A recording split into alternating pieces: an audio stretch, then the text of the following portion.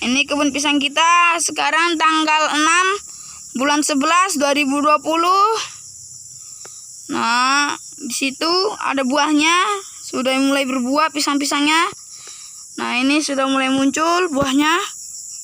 Oke, mari kita lihat bapakku ke ladang.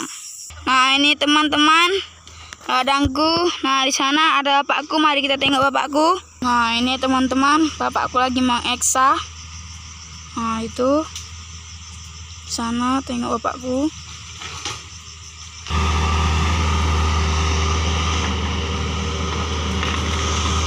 Nah, ini teman-teman pertanian kami.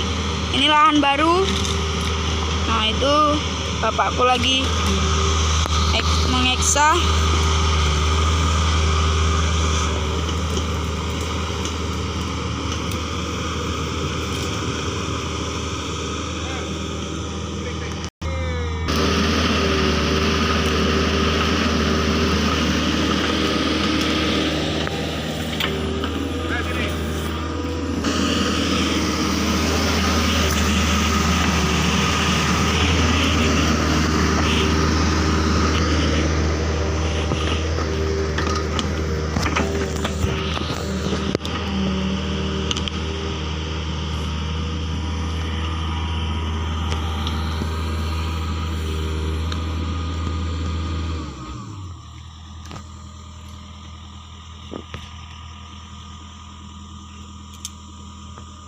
Oke, teman-teman.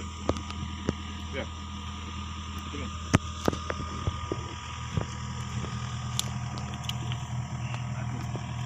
Bentar. 3. Oke, teman-teman. Ini lahan baru kita. Ya. Di luar itu kita harus mengenali beberapa aspek tentang media tanah kita yang akan kita pakai. Contohnya seperti ini.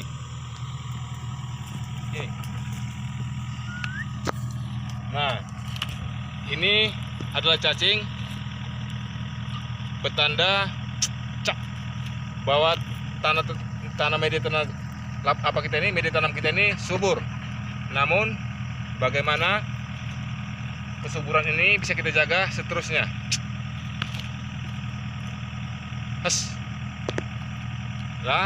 Nah, jadi fungsi cacing ini adalah bio pengurai bahan-bahan organik yang ada di dalam tanah agar tanah tersebut bisa subur, ya.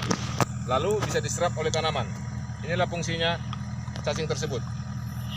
Jadi begini teman-teman. Ini kita melihat, ya, dari garisan ini ke atas adalah humus, ya. Garis ke bawah ini lebih dari 10 cm ini adalah topsoil. Topsoil ini persentase kesuburan dibandingkan humus ini adalah 70-30, ya. Yang dimaksud 70-30, 70% topsoil kesuburannya dibandingkan cuma 30%.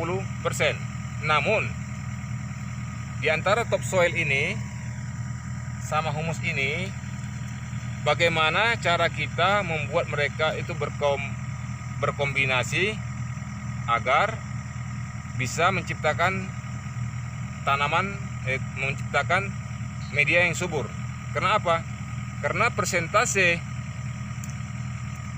daya simpan yang disebut ini humus ini sangat rentan dengan penyimpanan, sangat boros dengan penyimpanan air, ya. Contohnya seperti ini. Di saat ini kena panas, ini akan seperti debu.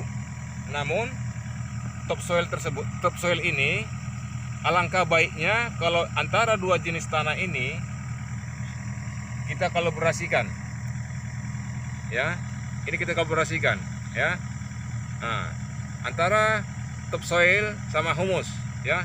Inilah nanti yang akan menjadi sempurna media tanam tersebut. Karena apa?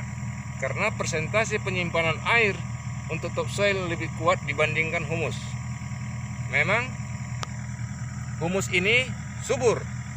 Namun ingat, Kalau dia tidak bisa menyimpan kekuatan air, dia tidak akan subur, dia tidak akan bisa diserap oleh tanaman, ya. Namun karena ada topsoil tersebut, makanya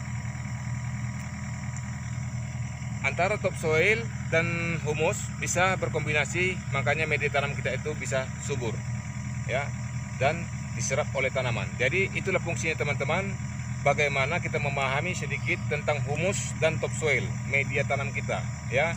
Apalagi seperti ini, lahan baru bukaan baru, ya. Namun kita tidak terlalu grogi untuk menghadapi keasaman tanahnya, ya. Kita menghadapi keasaman pH tanahnya. pH tanah ini sekarang di angka 5 atau 4,5. Namun kita tidak melakukan pengapuran, kita melakukan secara alamiah, ya. Melakukan penjemuran paling tidak 1 bulan. Nah, jadi begitu teman-teman. Aku udah udah capek. Oke Del, kau bawa dulu Del. Iya. Oke, kau bawa dulu ya. Bawa capek.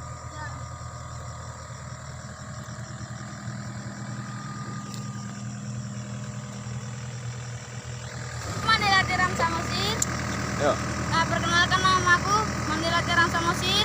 Saya mau belajar bertani sama bapak saya. Sore. Selamat pagi. Selamat pagi teman-teman. Oke, lanjut. Horas. Gasmu.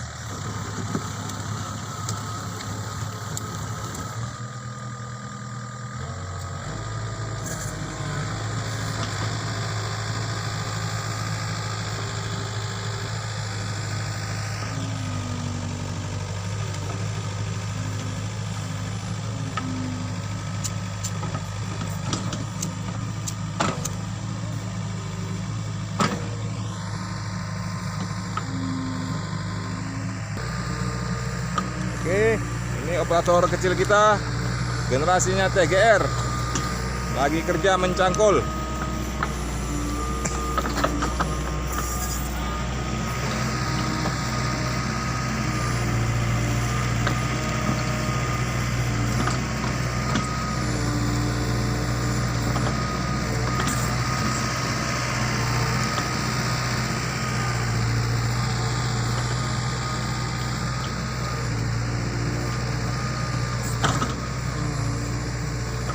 Dia memang belum terlalu lincah, namanya anak-anak juga, ya. Namun kita sebagai orang tua harus melatih dia, karena saya adalah mantan operator. Mau Eksa, alat berat, bulldozer, skider, tim jack, glider, bomak, semua bisa saya bawa, terkecuali pesawat. Oke teman-teman.